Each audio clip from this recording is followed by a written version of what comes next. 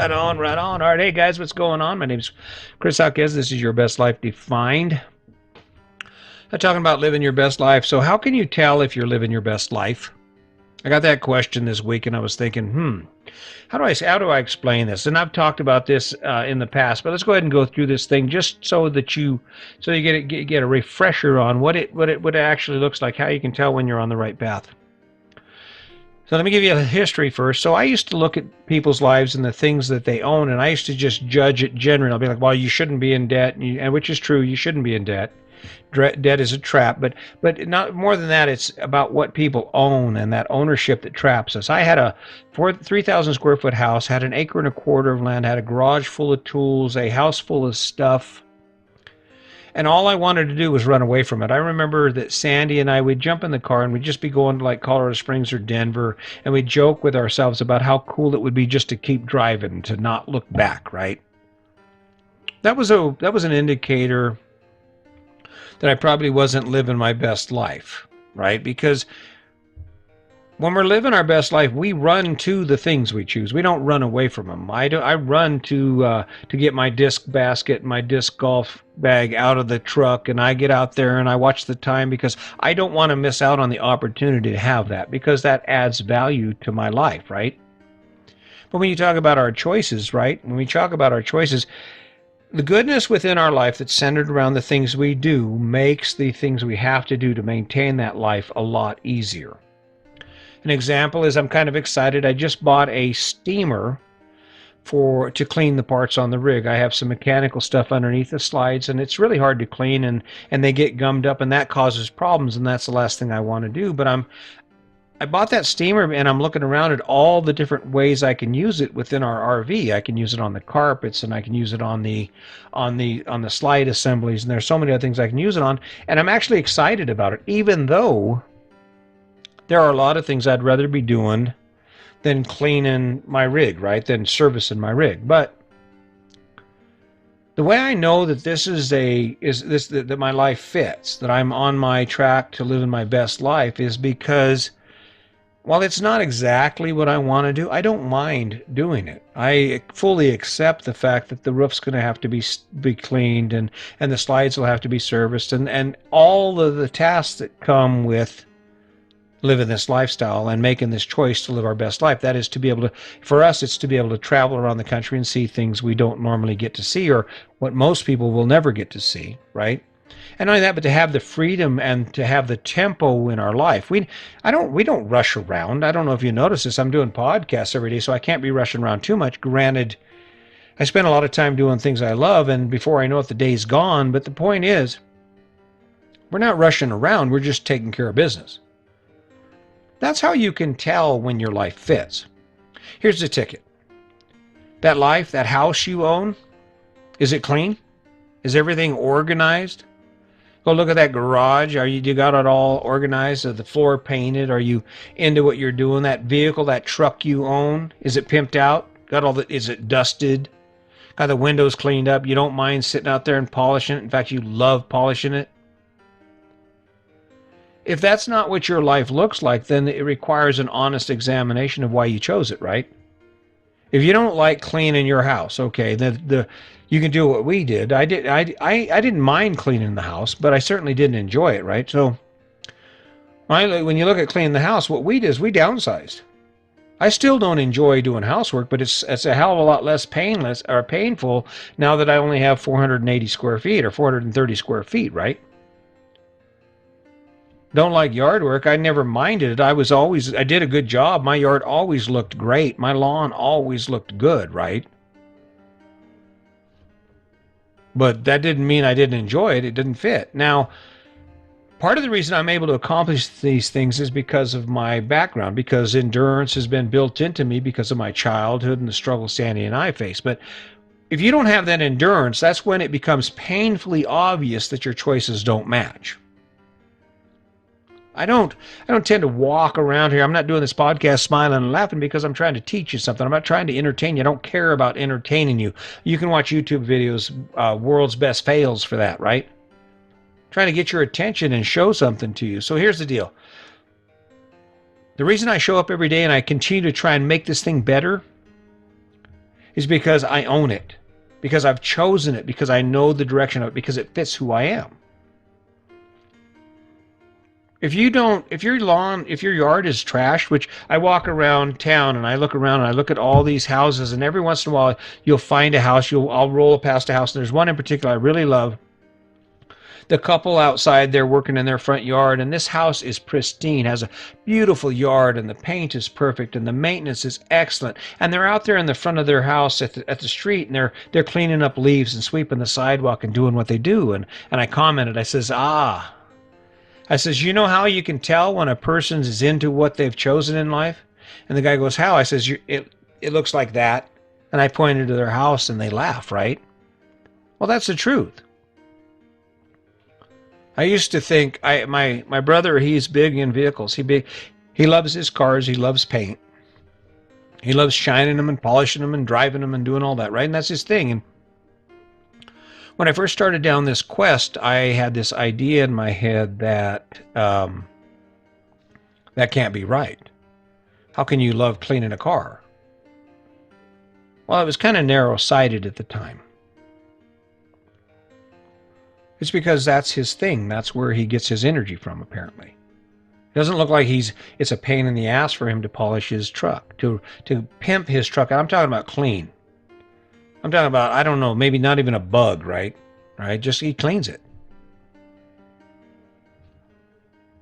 That's how you can tell when your life fits, when your choices fit.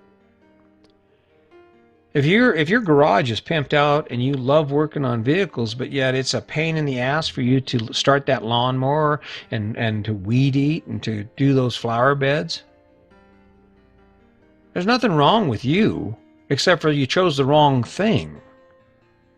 If you're covered up with laundry, and if the house is a mess, and no matter what you do, you can't get a handle on it.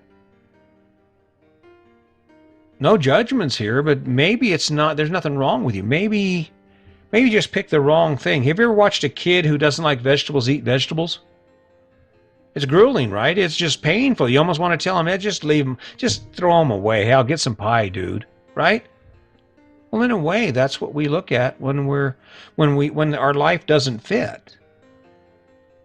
And the sad part is this is the package deal we all get sold from the time we're born, our very first ability to conceive our surroundings and to start realizing what's going on around us. The message is that success and happiness is this package right here: the house, car, kids, right? Debt.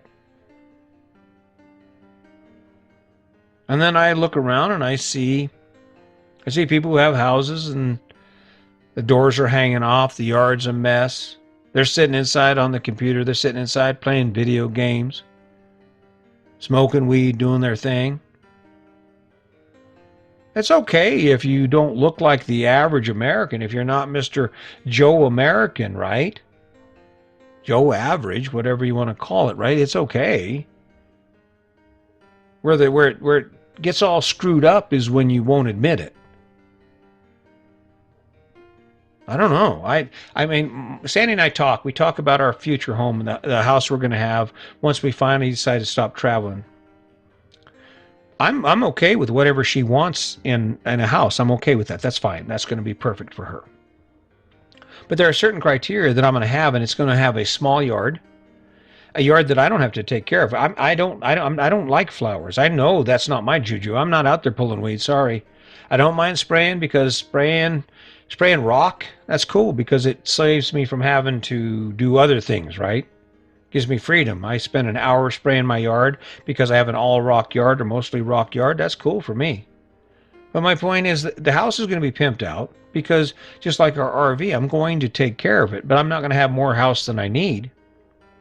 And if I can have a Roomba that takes care of the entire floor, guess what I'm going to have? A Roomba. Now I can have an automatic lawnmower that does the same thing outside as the Roomba does inside. If I have a lawn, that's how it's going to be, or I'm going to have a lawn service. You know why? Because I'm not fooling in myself. I'm not going to trick myself into that bullshit I fell into when I was younger. Oh, I got to get me a yard. In fact, I bought a house one time because it had a greenhouse behind it, so I could become a gardener. I'm not a gardener, never wanted to be a gardener, never will be a gardener, okay? You got to know yourself. You got to know yourself well enough to know what doesn't fit. And this is where the problem comes in. How do you do that? Start tasting things from the menu, if nothing else. Take a look back at who you used to be before you turned into who you are, right? Before you turned into this, right? Take a look back and think about, what did I used to want to do? What really did I really enjoy? What do I enjoy now that I just haven't done in a while? Maybe I still enjoy it. And then go after it. Try something. What the hell? Try something. I'm not talking about going in debt. Don't go spending a bunch of money you don't have, making it worse. But you could try something. You could go backpacking. You could try going mountain biking. You could try taking your partner and going for a walk every night just to get reconnected. You could try CrossFit. It's not that expensive. $15 for a drop-in class. The list is endless. And life gets great when it fits. Life becomes amazing. It becomes really easy to face the struggle for things that you enjoy. Oh, I rode hard this weekend. Rode hard on my bike. 4 miles of standing up pedaling, going as hard as I could. I'm thinking to myself, why in the hell are you doing this, Chris? It's because it's that a sense of accomplishment, that win you get from pushing so hard, and you're just thinking to yourself, hell yeah, I got this, right? I got it.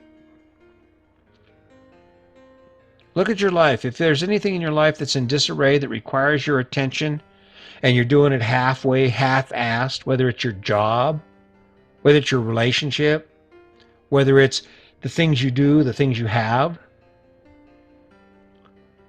if it's not getting better and you can't find the energy to make it better, it might not be your fault.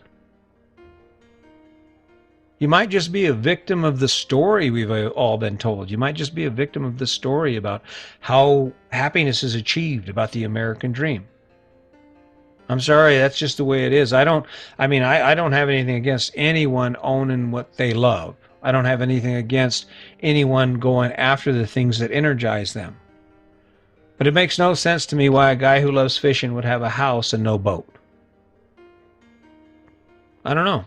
I'm just one guy. I show up every day and I try and add some inspiration to you. I try and give you some ideas you can think about. It's out of the box. It's off the cuff. I don't do a lot of prep other than the conversation I have with myself because this is all really cut and dried. It's all simple. The story is this. The reason your life looks like it does is because you've lost connection with who you are.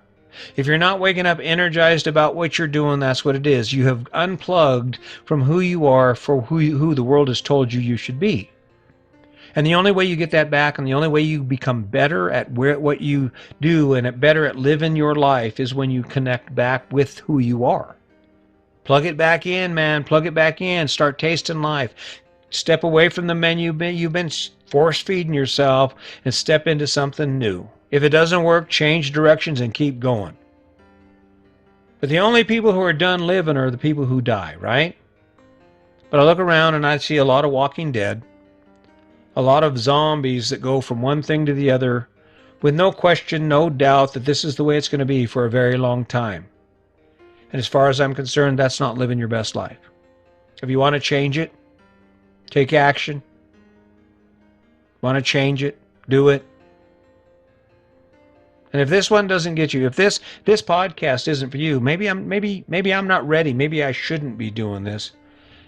Don't stop here. Go find someone who does. Go find someone who does it better. Go find someone who has the ability to inspire you to take action, right? Because no one can do it for you, and that's the sad part about it. So keep that in mind. Let's not forget about the kindness. I really appreciate all the likes and the shares, the downloads. Be sure you continue. Like I said, those shares really help. I don't pay Facebook or anybody else to promote or boost my podcast or any of the stuff I do.